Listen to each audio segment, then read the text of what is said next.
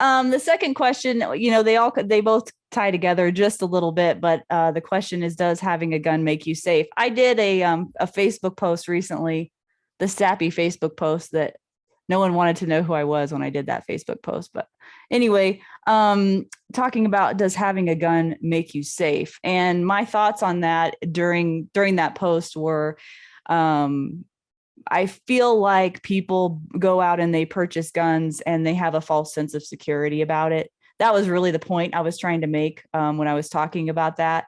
And having a gun doesn't make you safe. It's a tool that you can use that can help you be safe, but the only thing that really makes you safe is you.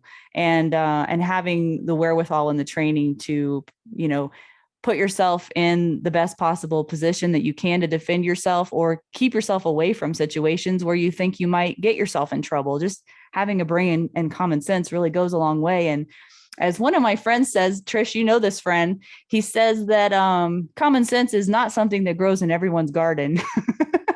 And that's always stuck with me, and I believe it's true. But I also added in my notes here, so here's my question to you. If you think having a gun makes you safe, does having a horse make you a cowboy? I'm cracking myself up, guys. Like, I don't even have good jokes, but it's true. Like, I swear I see people all the time and go out and buy a horse and they think the next day they're a cowboy, or they buy the hat and they think they're a cowboy. I mean, there's a reason for the saying, all hat and no cattle, right? It's, and then the other thing is everyone wants to be a cowboy until it's time to do cowboy stuff, right? Have you guys ever heard that? Maybe you're not in the horse world, but anyway, that's a real thing. But that's what I mean by does having a gun make you safe? In many circumstances, I think having a gun could make you less safe. And we talked about the proper training and understanding that goes along with that. And, having a false sense of security. I don't know how many times I've met people that I've talked to about having guns, and they say, well, I have a gun here and I have a gun there. Like, they have a gun everywhere. I'm not opposed to that, guys. Totally not opposed to that. But in the public realm, I wonder sometimes, is that gonna do you very much good if your gun is in the glove box of your car and you need it in the grocery store? That's just my point. Is I think having the gun on you is probably going to serve you better than having it elsewhere. Just my opinion. I've got an opinion on everything. So, and I would not even advocate for leaving your gun in your car unless it's locked up. Like, even if it's locked up, like, it's just not a good idea. It's probably not going to stay in your car. Someone's probably going to take it. It's just not a good idea. And if you have guns in your home, absolutely, more power to you. There are lots of defensive tools that you should have in your home. But if you do have them, just make sure that they're locked up safely, where people that shouldn't be getting to them, little people especially, can't get to them, but you can quickly.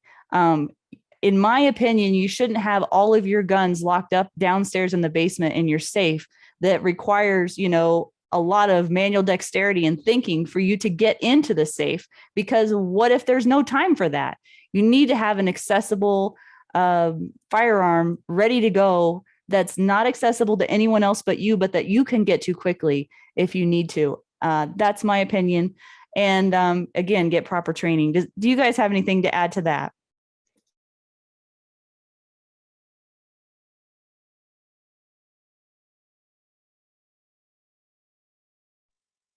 I'll say something. Okay. So, if you watch ASP, John Korea, he has a little saying that it's basically a whoopee, a blanket, a binky. You don't have training. So, if you think of it like that, that can kind of help you. It's not necessary. It is. You shouldn't only carry just because you can.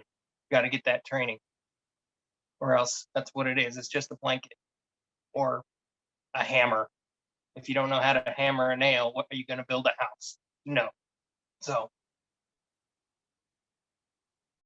tactical will be Catherine. Nice. That's it. So I'll add to this. I would love to see as many people as possible carry these, preferably with training. But We see untrained people all the time across the US with zero training whatsoever, strap a gun on, and they save life. They save their selves, somebody else's. In fact, oftentimes you see them doing so with more, maybe not more ability, but sometimes more accuracy, more caution than even the armed professionals. And so if I can encourage more people to carry, I'd do so. The training is always the aspect, but what I don't want to do personally is I don't want everyone to encourage somebody from not carrying just because maybe they don't have training or something else, right? Because I see reports weekly of people literally they literally bought a gun for the first time in their lives, and they set up and then they say they do something that helps them or saves life at the same time. The caveat to that is it seems like I see more often than not those who just go get this stuff, strap a gun on, have a gun, buy a gun. They end up, seems like they do and end up doing catastrophic things with that gun simply out of lack of knowledge. But I don't want to use that stupid moment of the brand new gun owner, right? Or that really, I wouldn't say stupid, the unknowing moment of that gun owner as the discouragement from having it.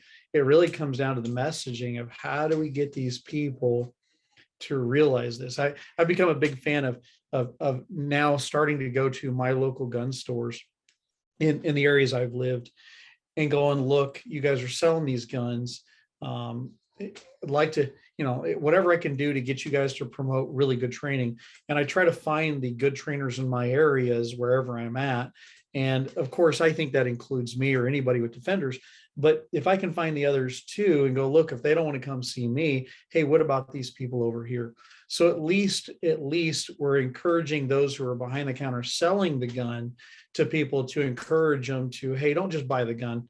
Now go get the training, right? Because the most important things you can invest in is actually the training. And it's not the gun, it's the training itself. But the more I think that we can stop from the guns world, at least from the trainers world, of infighting and talking about this guy's terrible and this person's bad and this and that, the more we can just encourage, however we've got to, people to go to further training, I think that's better off from my perspective, even if that means it's not going to, say, the better trainers out there.